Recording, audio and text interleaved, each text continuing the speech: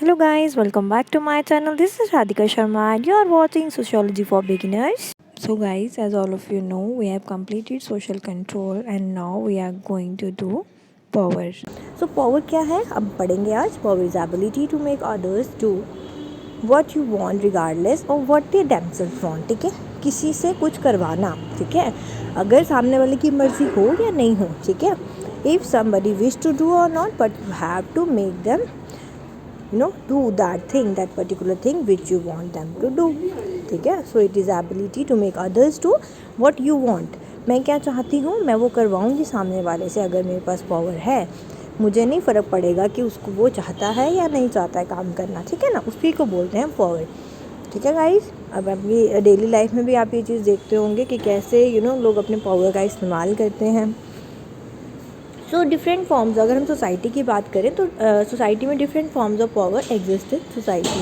That is domination, authority and law.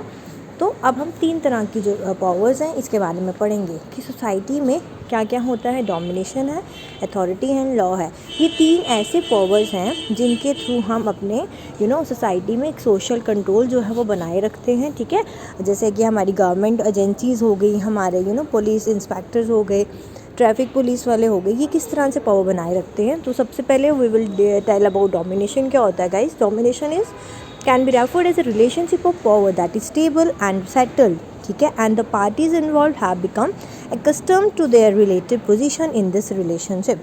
Guys, domination is कि जब कोई भी जो 2 लोग एक जो होता है डोमिनेट करता है, दैट मीन्स वो अपनी बात मनवा रहा है. जैसे कि एक यहाँ पे एग्जांपल आ सकती है, जैसे कि एक ऑफिस की, एक एमएनसी की जहाँ पे वो काम कर रहे हैं. तो आपका जो मैनेजर होता है ऑफिस का, वो किसी अपने जो उसके नीचे एम्प्लॉयज़ होते हैं उनसे काम कैसे करवाता है, कैसे मैनेज करवाता है. तो दैट इज़ हाउ पावर यहाँ पे डोमिनेशन का फॉर्म लेती है. यहाँ पे क्या होता है ना, एक ऐसा स्टेबल रिलेशन बन जाता है इन दोनों के बीच में. ठीक है, काम करवाने वाले से और काम करने वाले के बीच में एक ऐसा रिलेशनशिप बन जाता है कि वो एकस्टम्ड हो जाते हैं टू देयर रिलेटिव पोजीशन. उनको पता है कि we are at lower position, तो we have to obey the power, obey the जो भी वो बोलेगा, वॉट एवर जो डोमिनेटेड पोजीशन पे होगा, जो हायर पोजीशन पे होगा, उसकी जो भी बात है वो हमें माननी पड़ेगी. In normal time dominant group had decisive influence on society. आजकल के टाइम में बहुत ज़्यादा इन्फ्लुएंस होता है सोसाइटी पे डोमिनेंट ग्रुप का. Dominant group can be a religious group, can be a government, can be police. ठीक है ना. It is quite similar to force cooperation as people do things that they don't want but without creating conflict. यहाँ पे लोग वही करते हैं जो उनसे कहा जाता है, but they do not create conflict. आपने कार्ल मार्क्स का सोशोलॉजी पता है ना, सोशोलॉजिस्ट जो कार्ल मार्क्स हैं उन्होंने क्लास स्ट्रगल के बारे में बताया था कि कैसे कन्फ्लिक्ट कैसे जब जो क्लास डोमिनेट होती है वो कैसे कन्फ्लिक्ट करती है बाद में, जब उनके अंदर क्लास कॉन्शियसनेस आती है, जब उन्हें पता चलता है that they are being dominating, they are being exploited. तो कैसे वो क्या करते हैं, कन्फ्लिक्ट करते हैं अपर क्लास से. ठीक है ना. तो कहीं ना कहीं आजकल के टाइम में यहाँ ये लिखा है कि जब आप एक ऐसे ऐसे ऑफिस में होते हो या ऐसे एक एक ऐसी एमएनसी में काम कर रहे हैं, जॉब कर, तो आपको पता है without creating any conflict you have to do that. जो भी वो बोले आपको, आपका मैनेजर, वो आपको करना होता है. ठीक है. Authority is defined by Max Weber. Now we will talk about authority. Domination हो गया. अथॉरिटी क्या है? By Max Weber as a legitimate form of power that implies conformity to existing norms of right, property and justice. Property होगा यहाँ पे. तो अथॉरिटी क्या है? The legitimate power. जब हमारे पावर को, ठीक है, किसी के भी पावर को एक लॉ अप्रूव कर देता है, लेजिटिमेट उसको बना देता है, उसको हम बोलते हैं क्या? अथॉरिटी. ठीक है. एंड वो कहीं ना कहीं हमसे वही करवाती हैं existing norms of right, property and justice. हमें जो नॉर्म्स हमें जो मानने पड़ते हैं, जो रूल्स रेगुलेशन सोसाइटी ने बनाए हैं, क्या राइट है, प्रॉपर्टी एंड जस्टिस के, कोई भी, ठीक है, जो चीज़ सही है वो हमसे करवाती, दैट इज़ अथॉरिटी. जैसे एक जज को मिलती है, जैसे एक पुलिस इंस्पेक्टर को मिलती है. ठीक है ना. We have to obey their laws what they make and we have to obey their authority. Authority is a power that is considered to be justified और प्रॉपर. हमें पता है क्योंकि जस्टिफाइड पावर है ना.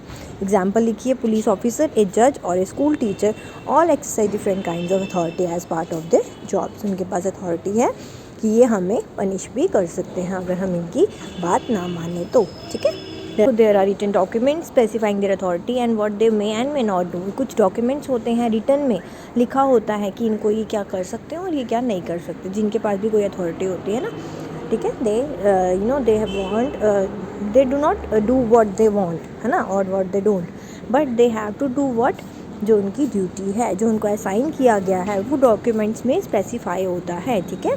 It's a form of power that is associated with the official position that an individual has and not with the individual themselves। ये आपको समझना पड़ेगा, जो अथॉरिटी है वो एक पोजीशन के साथ असाइंड होती है, नॉट विद एन इंडिविजुअल। जैसे एक जज है, ठीक है, जज की पोजीशन, लाइक जज की कुर्सी पे जब वो बैठता है ना, ओनली देन वो किसी को सज़ा सुना सकता है ना, ओनली देन द जज can say judge can give punishment to anybody or an individual, but as an individual उसके कोई powers नहीं होती।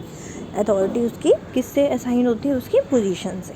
The fact that they have authority automatically implies that other members of society have agreed to abide by its rules and regulations। जैसे हमें पता है other members हम हो गए, ठीक है, हमें पता है कि हाँ जज के ये पावर्स हैं तो हमें ये मानना है, या एक पुलिस इंस्पेक्टर का ये काम है। जैसे हमें पता है हमें हेलमेट पहननी है अब गाड़ी चलाते हुए, बाइक चलाते हुए, स्कूटी चलाते हुए, है ना, तो हमें पता है कि अगर हम ऐसा नहीं करेंगे हमें उनके रूल्स और रेगुलेशंस को मानना पड़ेगा, क्योंकि अगर हम ऐसा नहीं करेंगे तो हमें क्या होगा, फाइन हो जाएगा।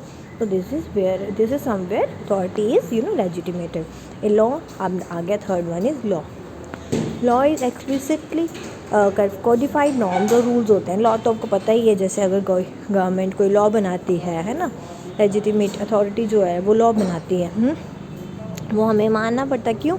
बिकॉज उसमें कुछ नॉर्म्स और रूल्स होते हैं, वो भी सोसाइटी के लिए होते हैं, ठीक है। It is usually in written form comprising formal rules by which society is govern and it is applicable to all citizen, और वो सब पे एप्लीकेबल होता है irrespective of any caste, color, religion, है ना। There are laws that specify how laws are to be made। उसके लिए भी laws होते हैं कि laws कैसे बनाए जाएं, ठीक है, उसके लिए भी different laws होते हैं made और change और what is to be done if someone violate them। और ये भी laws होते हैं कि अगर कोई किसी law को violate कर रहा है, violate means अगर वो चीज़ नहीं मान रहा है जो law according to law which is good, what is necessary, when you are not doing that thing, that particular thing, that means you are violating that rule, you are violating that law। और इसके लिए एक severe जो punishment जो है वो दी जाती है, ठीक है, इन टर्म्स ऑफ लॉ। समझ आ गया गाइस? तो अब हम पढ़ेंगे, यहाँ तक आपको अच्छे से समझ आया कैसे जो पावर है वो एक्सरसाइज होती है in a society in the form of domination, in the form of authority, in the form of law, ठीक है गाइस। सो अब non conformity to social order क्या है ये, अगर so this we will do in our next video. Okay guys, तब तक के लिए देखते रहिए sociology for beginners. Bye bye, take care.